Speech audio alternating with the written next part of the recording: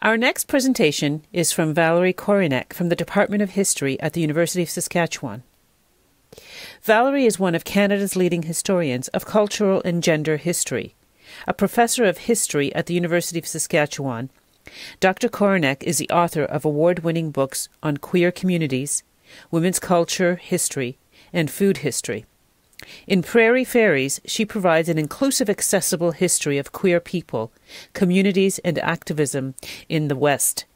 Dr. Korinek's ambitious and innovative studies have fundamentally shaped how Canadian historians understand feminist and sexualities histories.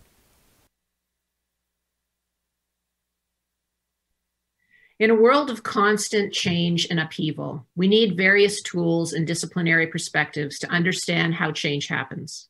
As a cultural and gender historian, naturally my lens is historical.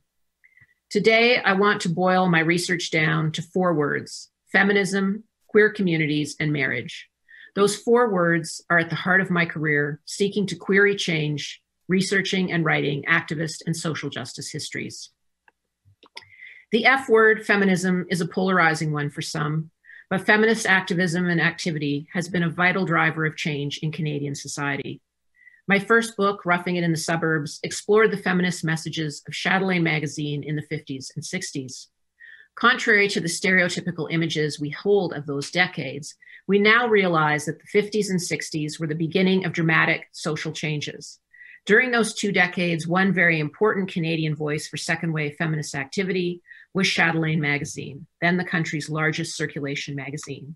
Within those pages was a rather subversive mix of articles and editorials devoted to sexual assault, women's health, pay inequity, divorce, sexuality, amongst others.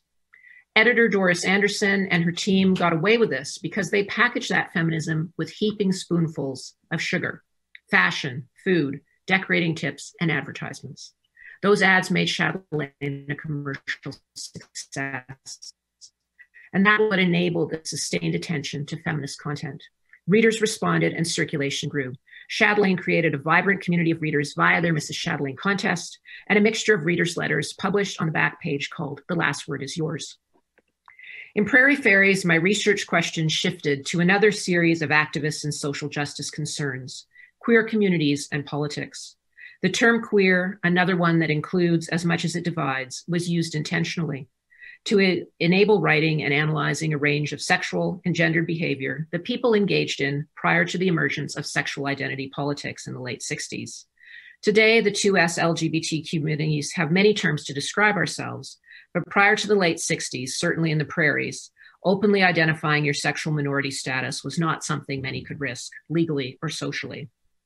In Prairie Fairies, I historicized the queer worlds created in the 5 major prairie cities from 1930 to 1985, including the sexual and social activity, community and political organizations that existed there. These histories are multiple and messy, from bachelor farmers and spinster school teachers through to proudly openly gay and lesbian political leaders, activists, and everyday people.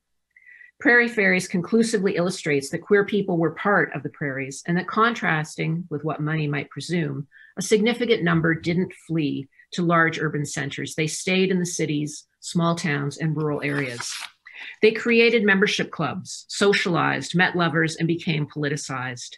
Some of those took their political awareness further, becoming activists to press for social change, for their rights to keep their jobs, their kids, their apartments.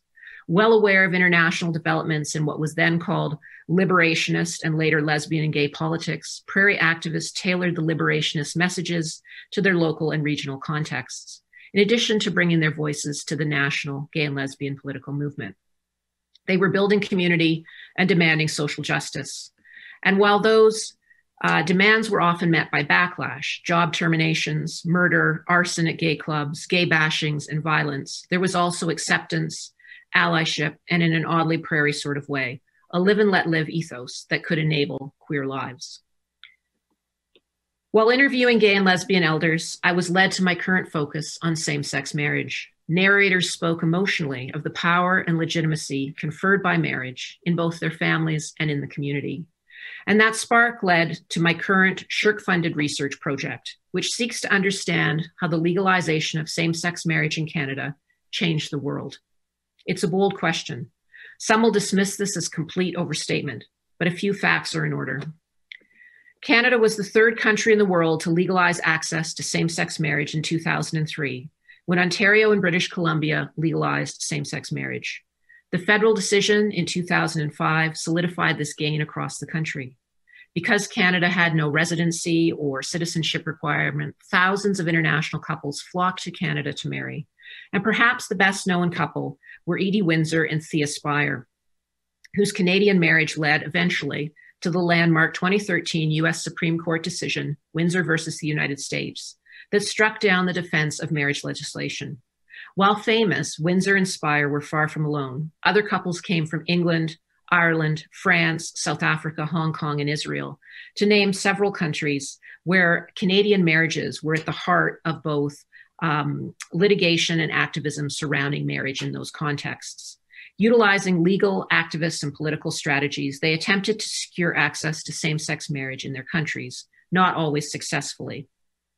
Love plus litigation equals marriage writes Canada into the vast international literature on same-sex marriage acquisition, as it seeks to understand the historical, legal, social, cultural, and activist demands for access to what is now called equal marriage. Querying Change, focused on feminism, queer communities, and marriage, underscores the value of historical analysis and history to explain how and why demands for activism and social justice take root locally, nationally, and globally, and how those movements lead to changes that have, I would argue, defined late 20th and 21st century life. Thank you.